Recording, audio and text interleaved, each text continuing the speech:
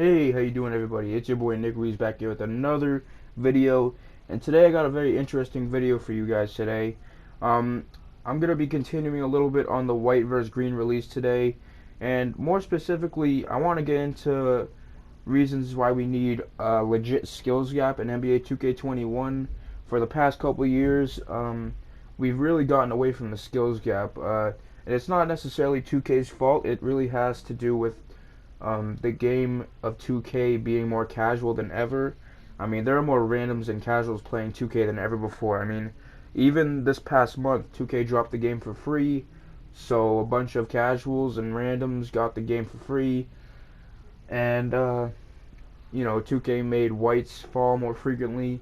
And don't be fooled, the reason they're letting whites fall this frequently is because they want the bums who got the game for free, they want them to stay on the game. And listen, if those casuals are missing their shots, they're not going to keep playing the game. So what does 2K do? They make it so whites go in so that the bums can make their shots and purchase VC and stay playing the game. It's as simple as that. I can't blame 2K because it's a marketing strategy. But today I just want to get into 5 ways 2K can have a legit skills gap in NBA 2K21. Let's get back to, yes, I really want to have fun with the game and I want 2K. I was happy to hear Mike Wang talk about he wants to get the game back to being fun. I agree, but we also need a legit skills gap. And today, I'm going to get into 5 reasons and 5 ways that 2K can have a legit skills gap in NBA 2K21. Let's get into it, y'all. So number 1 on my list, I have having every build and position have their own pros, cons, negatives and positives, strengths and weaknesses. You know what I'm talking about, okay?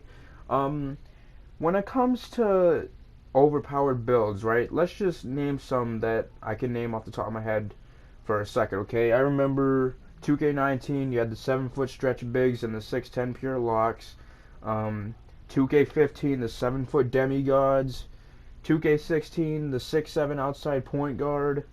2K17, the 6'7 playmaker point guard. The 6'2 sharpshooter from 2K17. All these builds were very overpowered, and especially within the last few years, stretch bigs. Now this year, I think stretch bigs are really garbage, but before this year, stretch bigs were by far top 3 builds in the game, okay? Especially in games like 2K17 and 18, the stretch bigs were unstoppable, okay? But this year, it's happening now more than ever. People are using the most overpowered builds just to get an edge and try to win the games. And look, I know it's a video game. You're gonna put on the best build, and you need every advantage you can to win, okay? It's to the point, though, where you gotta have a sense of pride, okay? And we need a legit skills gap, okay?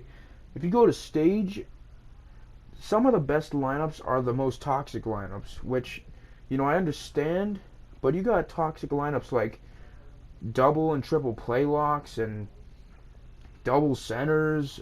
It's crazy, man. It's out of control in my opinion. And I really think that you should just create balance between every build. Every build should have strengths, weaknesses, both minor and major strengths and weaknesses, okay? It's to the point where you got builds, and especially this year, the point guard position, the point guard and shooting guard positions are just stacked, man. And rightfully so, because if you remember last year in 2K19, it was kind of the opposite. In 2K19, it seems like it's the opposite of 2K20. In 2K19, it was the bigs that were really overpowered, and in 2K20, it's the opposite. The point guard's overpowered. And rightfully so, because if you remember last year, if you had a play sharp, which was the best point guard builds, or maybe the shot maker, it was to the point where you were still at a disadvantage if you had those builds, basically because you had to go up against 7-foot stretch bigs that can dribble. So in hindsight, yes, I'm very happy for the guards that they got a buff this year, because rightfully so, they just got hurt last year by those 7-foot stretches and 6'10 lockdowns, and now it's the opposite. 2K, I'm happy that you guys buffed point guards, but I think you guys overdid it a little bit, okay? Which is why number 1 on my list is have every build and position be balanced and have their pros and cons. Because in real life, look at real life. You guys are talking about realism. You guys are always bringing up realism. Every player in the NBA has strengths and weaknesses. So that's number one on my list.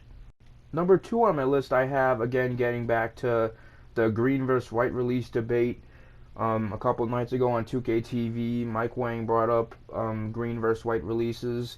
The second thing on my list to make 2K21 have a skills gap is making it so that in comp stage and comp 5v5 modes, you have to green your shot to make the shot. White shouldn't be going in the comp modes. Now, park and cages, things like that, yeah, that you just go there to have some fun. You should be able to make whites there once in a while, I guess. But when it comes to the comp portions of the game, like stage and 5v5, you need to have it and reward good released shots and have green releases going and stop bailing out people when it comes to white releases. I'm not a big fan of it, okay? Whenever a white release falls in 2K20, I kind of cringe, okay? I'm not even going to lie. But that's number two on my list. Have it to where you have to green in the comp stage. Next up at number three on my list is stop letting a below average three-pointer, which is around a 70 to 75. I get that that's a really good three-pointer to have in 2K20, but I think we need to make it so that a 73-pointer isn't more effective than a 95 three-pointer, okay? Because if you look at it in hindsight, the shooting Glasslock and the rebounding wings, yes, they should be able to shoot, even though they have like a 70, 75 three-pointer, but it shouldn't be to the point where they're greening every shot, while a pure sharp who gets a slight white with a 95 three-pointer misses, okay? The sharpshooter is one of the 2 or 3 builds in the game that is truly one-dimensional, okay? For me, the one-dimensional builds is like pure slasher and pure sharp, okay?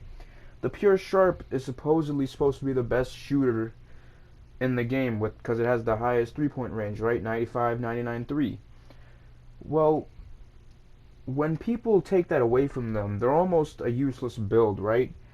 But the problem is builds that have a 73-pointer shoot more effective than sharps, but they're not one-dimensional. All the builds that have a 73-pointer in 2K20 can do multiple things so that if they do get stopped from shooting, they can do other things. The sharp is at a disadvantage because if you stop them from shooting, they become useless. Think about that, okay? So I think we need to get back to the high-rated shooters have the best shooting range. They can shoot from half court. But rebounding wings and shooting Glasslock should not be greening consistently from half court with a 73-point, okay? That's all I'm saying. That's all I'm saying, right? Hope you guys agree with me on that one. And also, the thing about quick draw, I honestly believe quick draw should be based off of shooting rating and height. Those are the 2 factors that should factor into quick draw. I don't think they should totally remove quick draw, but height and shooting percentages and ratings should come into play. My bad, my phone's going off. But yeah, man, I'm not gonna get into my ideas on quick draw. That'll be for another video for another day. But let's continue on. I'm sorry I go off. I like to talk a lot. But let's get in with the rest of the list, okay? So coming in at number 4, and I cannot stress this or emphasize this enough, okay? Please stop letting non-shooting builds shoot greens and make consistent jump shots, okay? Believe it or not, those who are new to 2K, this isn't just a problem in 2K20. This has been a problem since 2K17. Ever since 2K17, we've seen the rise of pure glass cleaners, pure slashers, pure lockdowns. They all have been able to shoot for the last 5 years, okay? Again, going back to the sharpshooter, this only hurts the builds that have a high 3, because if you're letting non-shooting builds make shots, what's the point of having a play shot or a pure sharp? It makes it so those builds are useless, okay? Non-shooting builds, in my opinion, should never hit a shot. If they do make a shot, it should be a lucky, rare occurrence, okay? Like, man, like, please, man, this has to be fixed for next gen at least. You gotta stop bailing out non-shooting builds. If you can't shoot, you can't shoot. Don't just, you know what I would do? I'd get rid of the green window for non-shooting builds. To be honest, I don't know how you'd fix the sliders for that, but that's my opinion on that, okay? Like, I'm just being honest, man. Non-shooting builds should never, or if they do hit a shot, it should be rare that they hit a shot, okay?